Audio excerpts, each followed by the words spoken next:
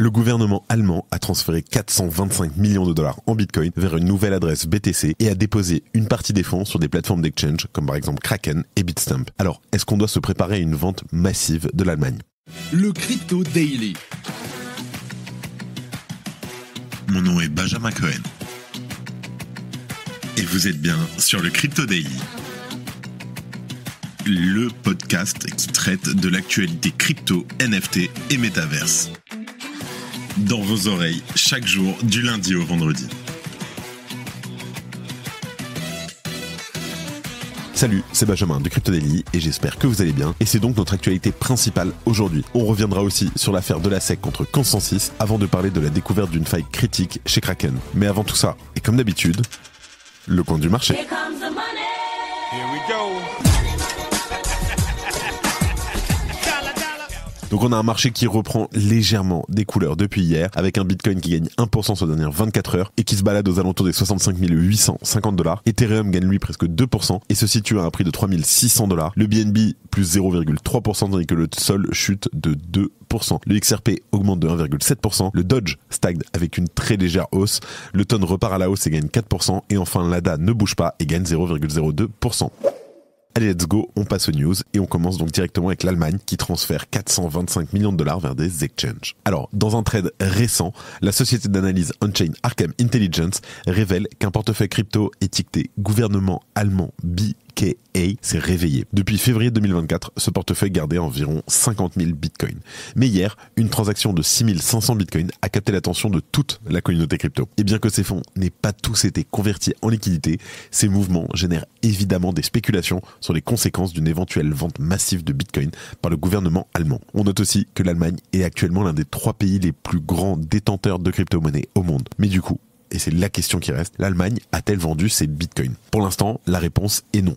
Ou du moins, pas pour le moment. Dans les détails, un premier transfert donc de 6 500 bitcoins, qui est évalué à plus de 425 millions de dollars, a été enregistré depuis le portefeuille gouvernemental vers une autre adresse. Puis, une portion de 2500 bitcoins a ensuite été redirigée vers une autre adresse gouvernementale. Et donc ces 2500 bitcoins redistribués ont ensuite été scindés en 4 lots de 500 bitcoins chacun. Ces transactions ont ensuite pris diverses directions, certaines vers des plateformes d'échange et d'autres vers des portefeuilles privés. Alors pour le moment, bonne nouvelle, rien n'a été vendu. Mais d'où viennent ces 50 000 bitcoins ? Eh bien en fait, ils ont une origine plutôt obscure. Ils ont été accumulés en fait grâce aux revenus de Movie2K, une plateforme de streaming illégale. Entre 2013 et 2020, les responsables de cette plateforme ont investi massivement dans le bitcoin en utilisant l'argent issu des publicités et des abonnements. L'intervention décisive des autorités allemandes a eu lieu en 2020, aboutissant à la fermeture du site et aussi à l'arrestation de plusieurs suspects, dont les 2 principaux opérateurs. Ce sont donc ces actions qui ont mené à la saisie des bitcoins susmentionnés. Et on en a parlé, mais en 2024, cette importante saisie a été finalisée par la police criminelle de Saxe,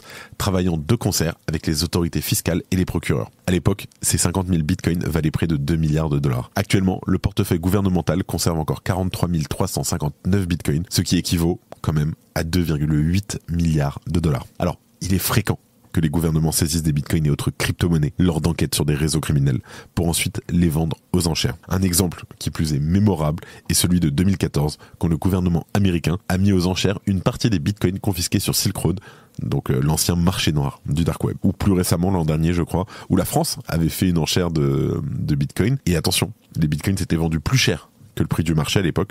Tout simplement pourquoi ? Parce que c'était des bitcoins qui ont une histoire. Ils sont plus tangibles, si vous voulez ce que je veux dire. Salut, alors on fait une petite pause dans le programme. Est-ce que vous avez déjà entendu parler de Swissborg ? C'est la meilleure application pour prendre en main vos investissements crypto. Tout y est super simple et rapide, c'est un vrai jeu d'enfant. Et le mieux, c'est que c'est régulé et autorisé en France. En plus, avec Swissborg, vous avez toujours les meilleurs prix du marché. C'est fini le temps où on payait trop cher sans le savoir. Et si vous ne savez pas dans quelle crypto investir, pas de panique. Avec Best Blockchain, c'est comme un panier tout prêt avec les meilleurs cryptos choisis par des pros.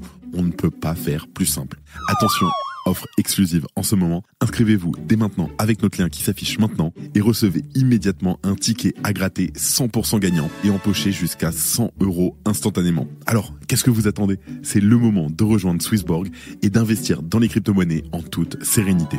Cliquez, inscrivez-vous et lancez-vous dans l'aventure avec Swissborg.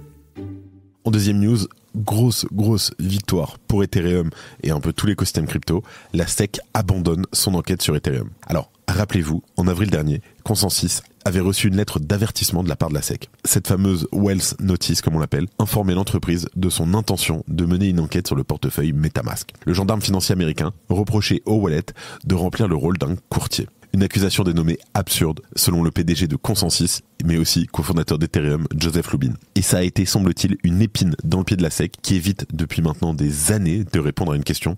Ethereum est-elle une sécurité ? Le gendarme financier américain n'a apparemment pas souhaité se lancer dans une longue et coûteuse bataille puisqu'elle aurait signalé à Consensus l'abandon de son enquête concernant Ethereum. Consensus en est bien sûr félicité sur son compte Twitter. Je cite, « Aujourd'hui, nous sommes ravis d'annoncer une victoire majeure pour les développeurs Ethereum, les fournisseurs de technologie ainsi que les participants de l'industrie. La division de mise en application de la SEC nous a notifié qu'elle abandonnait son investigation sur Ethereum 2.0. » Alors, une des raisons de ce recul de la SEC est évidemment l'approbation récente des ETF Ethereum Spot. Puisque la SEC les avait approuvés, cela signifiait qu'elle validait implicitement leur statut de commodity et non pas de security. Consensus s'en est donc assuré par une lettre au gendarme financier qui a alors confirmé son abandon de l'enquête. Consensus et tout l'écosystème crypto s'est bien sûr réjoui de cette étape majeure, mais ne crie pas victoire pour autant. La société estime que l'écosystème n'est pas assaini et que le combat continue. Je cite, « On ne devrait pas aller jusqu'à un procès pour obtenir les clarifications réglementaires dont a besoin une industrie qui est au cœur de nombreuses nouvelles technologies et innovations. »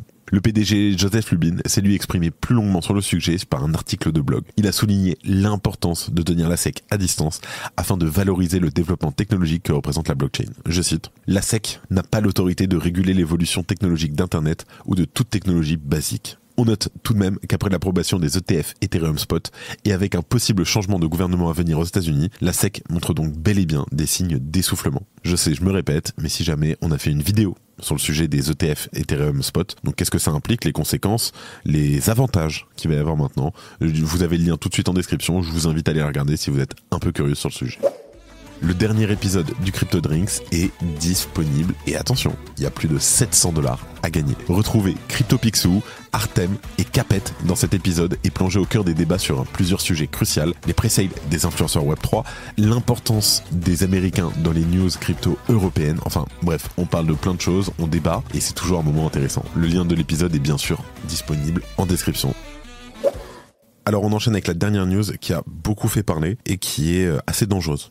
Je vous l'explique tout de suite. Certic a découvert plusieurs vulnérabilités chez Kraken. Alors, l'entreprise spécialisée en cybersécurité, Certic, a semble-t-il découvert une faille critique et averti Kraken le 9 juin dernier. Mais, selon Nick Percoco, le responsable de la sécurité chez Kraken, 2 comptes associés à la société ont exploité la faille pour retirer plus de 3 millions de $ d'actifs numériques. Et suite à ce retrait massif, Certic aurait exigé une récompense pour les fonds volés. Nick Percoco s'est donc expliqué sur le sujet dans un post sur X le 19 juin. À noter qu'il n'a jamais mentionné Certic dans sa prise de parole publique. Il s'est contenté de parler d'un chercheur en cybersécurité. Certic, de son côté, s'est aussi exprimé sur Twitter pour revenir sur le déroulement de l'affaire. Ils expliquent avoir découvert une série de vulnérabilités critiques chez Kraken qui auraient pu entraîner des centaines de millions de $ de pertes. Certic a assuré avoir prévenu Kraken, mais que l'exchange a mis plusieurs jours avant de prendre l'affaire au sérieux et de verrouiller les comptes ayant servi à tester la faille. De son côté, Nick Percoco assure avoir réclamé un proof of concept afin d'étudier l'activité on-chain des comptes associés, mais Certic aurait en fait refusé. Puis l'entreprise aurait réclamé une somme correspondant au fonds qui aurait potentiellement été dérobée si la faille n'avait pas été découverte à temps. Selon Nick Percoco, les crypto-monnaies ont été volées directement dans la trésorerie de Kraken sans mettre en danger les fonds des utilisateurs. À noter que l'un des 3 comptes Kraken liés au hack avait auparavant complété la vérification KYC pour une personne se prétendant chercheur en sécurité. Donc en fait, Certic a initialement prouvé la faille avec un transfert de crypto d'une valeur de 4 $. Ce simple transfert aurait dû suffire pour prouver le bug et obtenir des récompenses substantielles du programme de Bug Bounty de Kraken. Alors Bug Bounty, en fait, c'est des entreprises qui disent à des chercheurs en sécurité, des hackers, etc.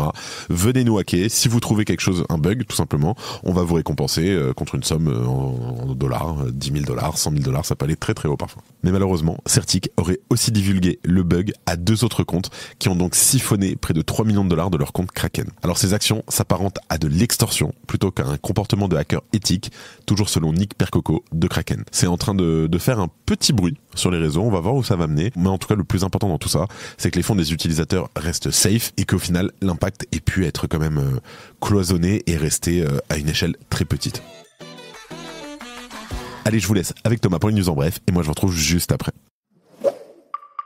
Merci Benjamin et bonjour à tous. Et on commence avec le lancement imminent pour les ETF ETH. Les émetteurs d'ETF ETH ont reçu des commentaires de la SEC la semaine dernière concernant leur formulaire S-1. Ces sociétés doivent retourner les formulaires révisés à la SEC d'ici vendredi. Bitwise s'attend à un investissement de 100 millions de dollars dans son ETF ETH. Bitwise Asset Management a mis à jour son formulaire S-1 détaillant la création et le rachat d'actions de son ETF Ethereum.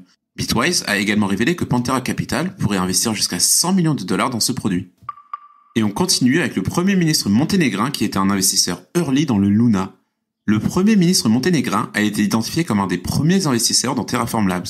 En 2018, il a investi 75 000 dollars pour acquérir 750 000 tokens Luna. L'Iran lance une CBDC pilote. La Banque centrale d'Iran commencera un essai de sa CBDC à Kish Island en juillet. Les citoyens et les touristes pourront utiliser le rial numérique pour effectuer des achats et des transferts entre portefeuilles via des codes barres. Et on termine avec le CEO de Circle qui est bullish sur l'avenir des cryptos. Le CEO de Circle a exprimé un important optimisme quant à l'avenir des cryptos. Il anticipe notamment une adoption massive des smart contracts et de la blockchain dans les 10 prochaines années. Et voilà, c'est la fin de ce résumé de l'actualité du jour. Évidemment, pensez à vous abonner. Ce sera pas moi, demain, qui vais faire le podcast, ce sera Thomas. Je serai en Allemagne pour le match France-Pays-Bas. Je remercie d'ailleurs Bitvavo de l'invitation. Rendez-vous sur YouTube, on sort une interview sympathique ce soir. Je crois que j'ai tout dit. Faites attention à vous. Et moi, je vous dis à demain. C'était Benjamin pour le Crypto Daily. Merci et à très vite.